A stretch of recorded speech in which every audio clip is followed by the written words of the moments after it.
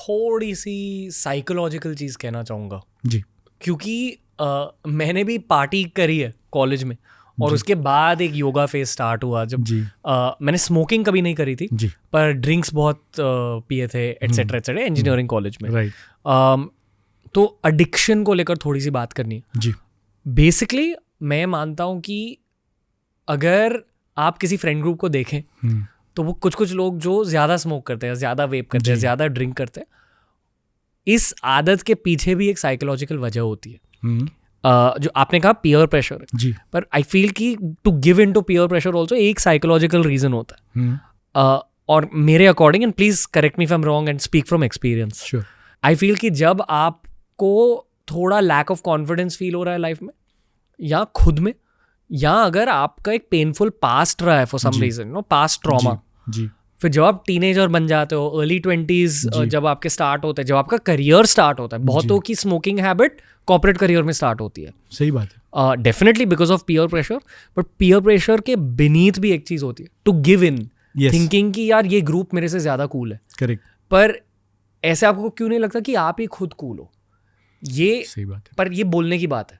आई feel कि हर किसी की साइकोलॉजी अलग होती है जी। And often because of something in childhood, something in teenage, correct, वो कुछ टूटापन रहता है अंदर ही अंदर जी। और उस टूटेपन को भरने की कोशिश कर रहे हैं लोग, और ये नॉर्मल ह्यूमन चीज़ है। ये मैं डिमीनिंग तरीके से नहीं कह रहा हूँ। बहुत सही बता रहे हैं आप, बहुत सही बता। Maybe we should talk about de addiction पर एक एम्पैथेटिक पर्सपेक्टिव से, कि जो लोग एक्चुअली स्मोकिंग कर रहे हैं जी, उनकी मदद कैसे की जाए, ना कि उनको शेम किया जाए। एब्सोल्युटली।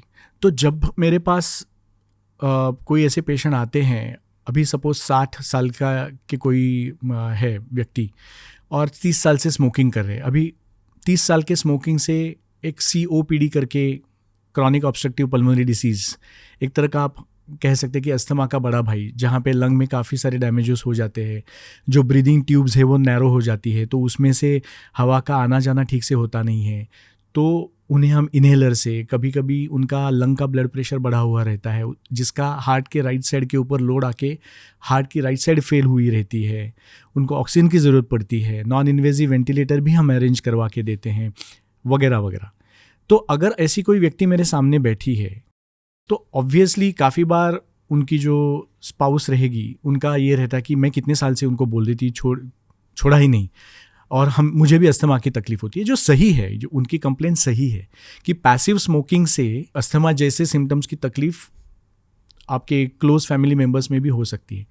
तो तभी उस वक्त मैं उनको रोकता हूँ, और पेशेंट जो है वो जो मेरी प्रायोरिटी है, तो उनको भी मैं यही समझा देता हूँ कि ठीक है, अभी हो गया, अभी इसमें नहीं जाएंगे, अभी आगे क्या करना है, किस तरह से हमें उनके सिगरेट छोड़नी है। एक तो उनको अभी समझ में आ रहा है कि आज वो बाथरूम भी नहीं जा पा रहे, नहा भी नहीं पा रहे ठीक से, उसमें ऑक्सीजन उनकी गिर रही है, इतने वो ब्रेथलेस हो रहे हैं। इस तरह का माहौल क्रिएट हो जाता है ये COPD के वजह से।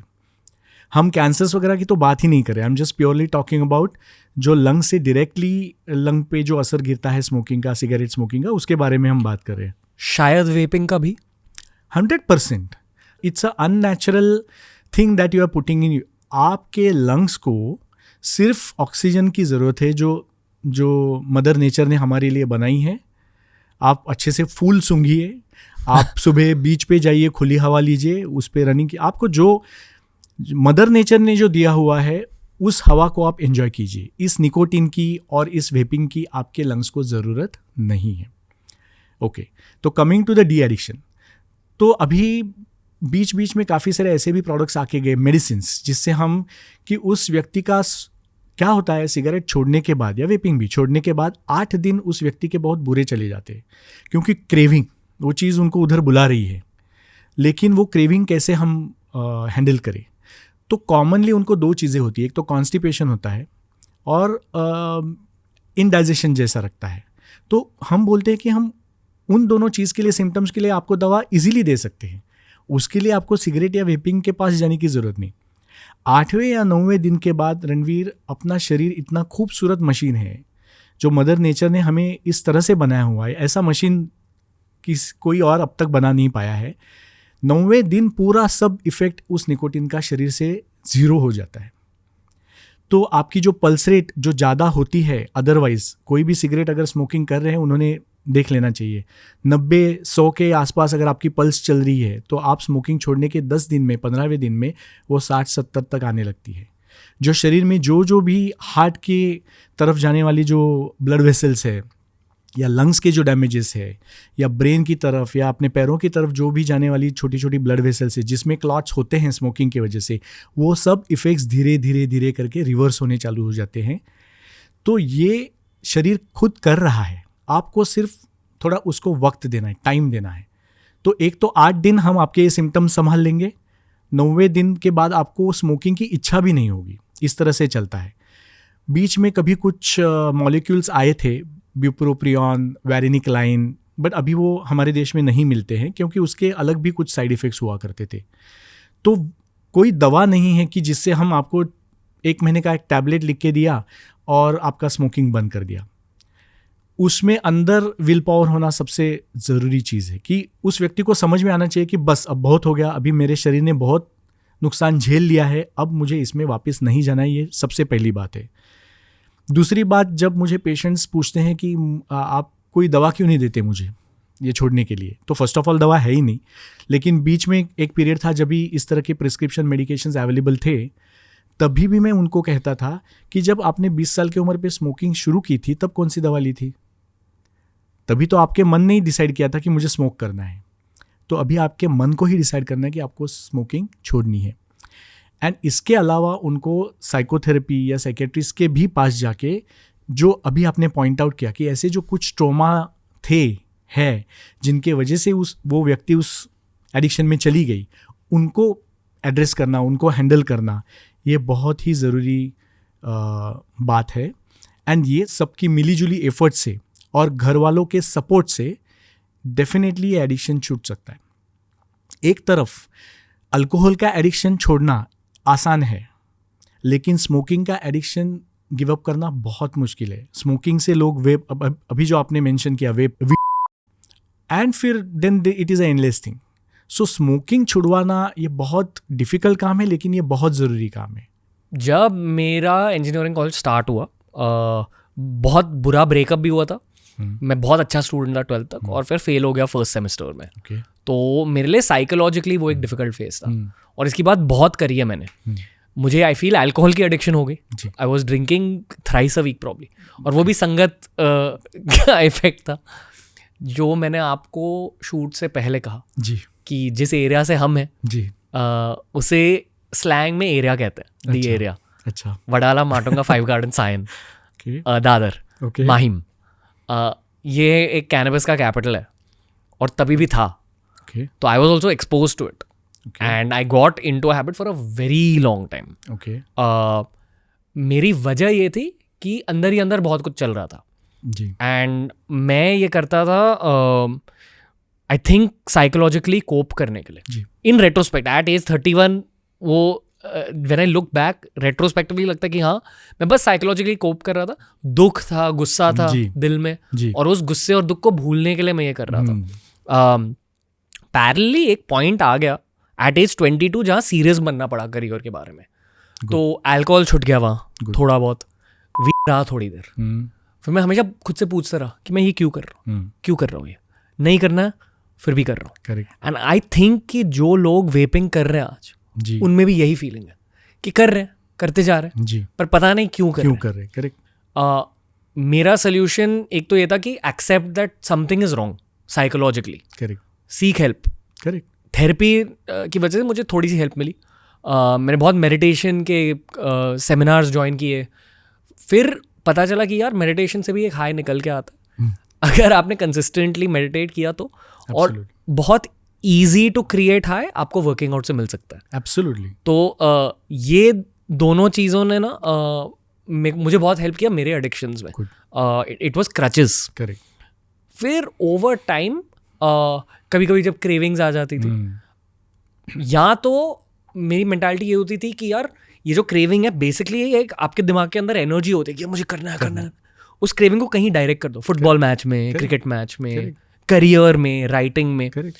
Craving is basically a form of energy inside your own mind ये आई एम सॉरी, ये मैं इतना ट्रांसपेरेंटली कह रहा हूँ, ये कहने की बहुत ज़रूरत है, प्लीज़। तो मैं डायरेक्ट कर देता था उस एनर्जी को। आफ्टर सम पॉइंट मैंने ये जाना कि यार अगर आपको एक्चुअली क्रेविंग्स फील हो रही है एंड अगर आप उस एक क्रेविंग को बीट कर सकते हो, एक क्रेविंग को one step at a time, अक्सर फैमिली के हेल्प के साथ, अक्सर जो आपके रोमांटिक पार्टनर है उनके हेल्प के थ्रू, तो फिर द नेक्स्ट डे आपकी क्रेविंग होगी नहीं, एंड द नेक्स्ट टाइम जब आपकी क्रेविंग होती है वो थोड़ी सी म्यूटेड क्रेविंग होगी जी। फिर शायद 2-3 महीने बाद स्ट्रॉन्ग क्रेविंग आएगी, पर उस एक स्ट्रॉन्ग क्रेविंग को बीट करके अगली जो क्रेविंग आप फील करोगे वो थोड़ी कमी होगी जी। इंजीनियरिंग में कॉन्सेप्ट है डैम्पनिंग साइन वेव, राइट? यानी कि साइन वेव नॉर्मली ऐसा होता है, डैम्पनिंग साइन वेव ऐसा होता है, छोटा होते जाता है, करेक्ट? तो that is the logic about cravings. तो 3 प्रैक्टिकल प्रोसीजर्स फॉर मी, या तो फिटनेस में घुसो, कोई भी मतलब स्पोर्ट खेलो, वेट ट्रेनिंग करो, योगा करो, जो भी।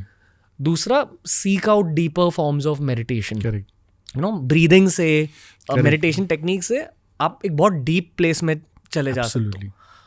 And the third thing I would say is genuinely जो आपके आसपास के दोस्त है, जो आपकी फैमिली है, उनकी मदद लो। पैरेलली एक नेगेटिव चीज़ भी कहना चाहूँगा, ये मैंने खुद के जर्नी में भी नोटिस किया है एंड आई एम श्योर कि आप भी इसके बारे में कुछ कहोगे। एडिक्शंस को लेकर एक चीज़ होती है जिसका नाम है ट्रिगर्स, राइट? यानी कि आप किसी दोस्त को मिल लेते हो, उसका चेहरा देख के ऐसा लगता है कि यार मुझे स्मोक करना चाहिए तो उन दोस्तों को आइडेंटिफाई करना और उन सिचुएशंस को आइडेंटिफाई करना कि अगर आपके हाथ में एक चाय का कप है, उसका ये मतलब नहीं कि दूसरे हाथ में सिगरेट भी होनी चाहिए, करेक्ट? सो ये ट्रिगर आइडेंटिफिकेशन बहुत ज़रूरी होता है, which is I am speaking from experience. ये बहुत ट्रांसपेरेंटली कह रहा हूँ कि इन चीज़ों की वजह से मुझे हेल्प मिली है। आप कुछ ऐड करना चाहोगे इस नैरेटिव में? आपने इतने अच्छी तरीके से ये एक्सप्लेन किया है कि अभी मुझे इसमें कुछ और ऐड करने की ज़रूरत नहीं है। जो मैंने कुछ वक्त पहले बताया कि 8 दिन अपना शरीर लेता है उसको, उस क्रेविंग को पार करने के लिए, और जो अभी ये तुमने उसको जो ब्रेक डाउन करके बताया कि हर दिन में जो एक क्रेविंग आ रही है उसको पहले कॉन्कर करो, उसको जीत लो, तो ऑटोमेटिकली नेक्स्ट, फिर नेक्स्ट, और फिर वो डैम्पनिंग इफेक्ट आता है। सिर्फ एक छोटी चीज़ मैं इसमें कहना चाहूँगा from the psychological aspect of this thing, कि जैसे आपने बताया कि ट्रिगर्स आइडेंटिफाई करो, सोशल है, साइकोलॉजिकल है, कि ये व्यक्ति जब सामने आती है तो मुझे स्मोकिंग करने का मन करता है, तो कुछ टाइम के लिए मैं उसे अवॉइड ही करूँ, उस व्यक्ति को मिलना मैं अवॉइड कर दूँ, नो प्रॉब्लम। या कोई सोशल ऐसे फंक्शंस आते हैं जिसको मैं 2-4 पार्टीज़ में आप नहीं गए तो कुछ फ़र्क नहीं पड़ता है, ज़िंदगी बहुत लंबी है, तो ऐसे मौके आते रहेंगे। तो जैसे ट्रिगर्स अवॉइड करो, वैसे ग्लिमर्स, आपके खुद के ग्लिमर्स आप थोड़े से खुद को रिमाइंड करो। फॉर एग्जाम्पल, आपको किस चीज़ में हाई मिली थी, किक मिली थी।